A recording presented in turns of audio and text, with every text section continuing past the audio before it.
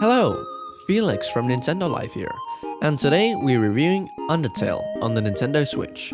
Now, this review was originally written by Mitch Vogel, but was converted into video by me.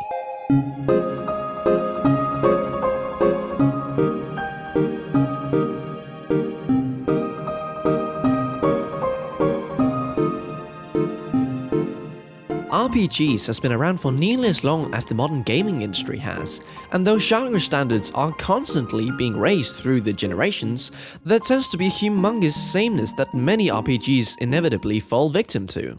Octopath Traveler, for example, is a fantastic game, but it's about as firmly traditional as a modern RPG can possibly be. On the other hand of the spectrum is Undertale, an equally exciting and delightfully surprising role-player game that hooks you with its weirdness and how it constantly changes up the status quo.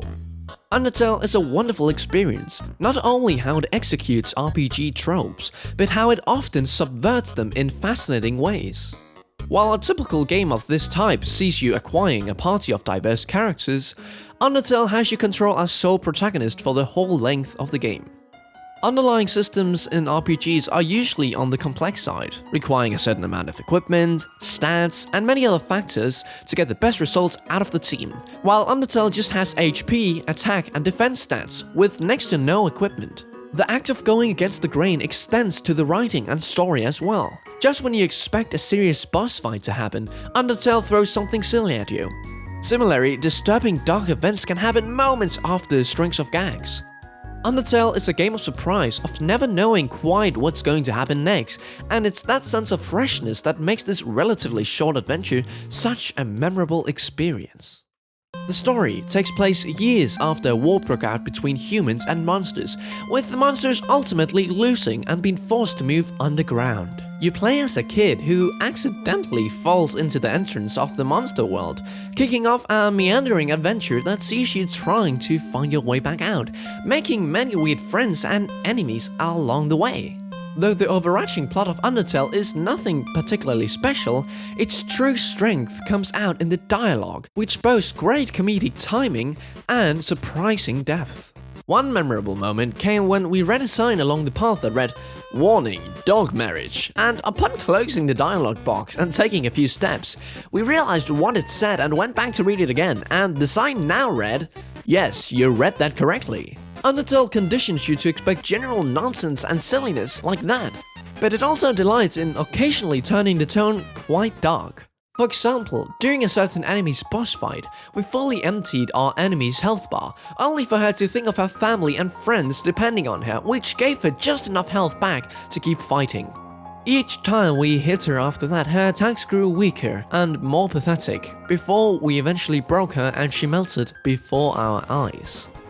Moments like that, or how getting enough experience from enemies results in your love going up, act as wonderful moments of emotional whiplash, while also reminding you that there's simply no telling in what could happen next. Every battle in the game, even against the bosses, can be cleared by showing the enemy mercy instead of killing them. Perhaps you need to pet the enemy dog warrior enough times to gain its trust, or you need to flirt with the enemy Thunderplane to get it to like you. While showing mercy means that you don't get any experience, it also affects the narrative in very interesting ways, because there are three main ways you can play Undertale: doing a pacifist run with no kills, a neutral run with some kills, or a genocide run where you kill everything. And seeing all the content the game has to offer requires multiple playthroughs. If you decide to do the route of violence, combat is handled in a unique and engaging way. Attacking requires you to stop a moving line at the right place on a grid with a quick button press. But things change up drastically when the enemy responds with their own strike. Suddenly, you're given control of a red heart in a small white box, and a brief bullet hell-like snippet of gameplay unfolds, where you must dodge everything else in the box. Perhaps you need to weave between dozens of spiders or dodge between dogs. Much like the rest of the game, this portion of gameplay loves to keep you guessing. Some battles your heart is restricted to jumping between 3 fixed lanes, or gravity effects is triggered to have you jump over obstacles instead. It's this constant dynamic gameplay of generally knowing what to expect, but never exactly knowing how it will shape, that makes combat so interesting and makes Undertale that much more memorable. For all its excellence in other areas, one notable way in which Undertale stumbles is in its graphical presentation, which is rather basic and uninspired. Although there's a colourful cast of characters from a writing perspective, sprite work and level design are quite weak. There were a few too many sequences where we found ourselves walking down long, bland hallways that lacked visual flair and blended together. Undertale excels in its creativity in most of the ways, but falls short in how it communicates visually. On the other hand though, the game features an excellent soundtrack, following a seemingly random assortment of tracks from a broad selection of genres. Although most of the music here is chiptune inspired, there's plenty of variety to be found, especially for the unique boss and character themes that pop up every now and then. We appreciated how fitted the music is for the occasionally chaotic pace of the narrative and gameplay, and it's rather surprising how emotional and atmospheric some of these slower tracks can be. Another key thing that bears mentioning, and something which may or may not come as a negative depending on your personal preference, is the short runtime.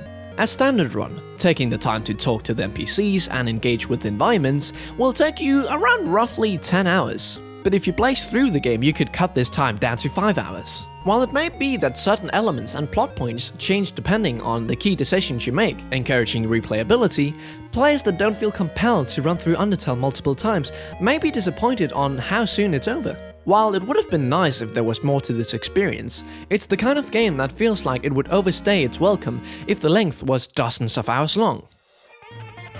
Undertale is certainly worth your time, but just be prepared for it to be over way earlier than your typical RPG. We here on Nintendo Life give Undertale on the Nintendo Switch a 9 out of 10.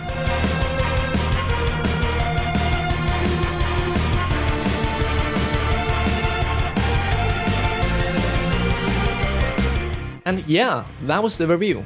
Before going, I would like to share a bit of my own thoughts because this is one of my favorite games of all time. I tried using as little endgame or late game footage as possible, so there's a ton more that you didn't see in this review in this game, but you want to go in and play this game with knowing as little as possible. Trust me on this one. What I really enjoy about this game is the different paths. Essentially, all your choices have consequences. If you kill a character, there might be another character acknowledging that later on in the game, and you just get 3 completely different games depending on which route you take.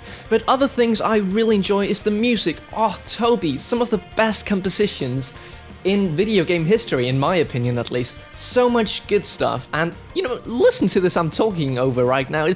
It's just amazing. The writing also. Toby, this is one of the most hilarious and disturbing games I've ever played. It has so many great and iconic moments, so many great characters that I just wish you will experience one day. Please do give this game a try. It's one of a kind, and I don't think you'll ever try anything like it. And please try all the 3 paths this game has, because it just shows you how much your choices actually matter.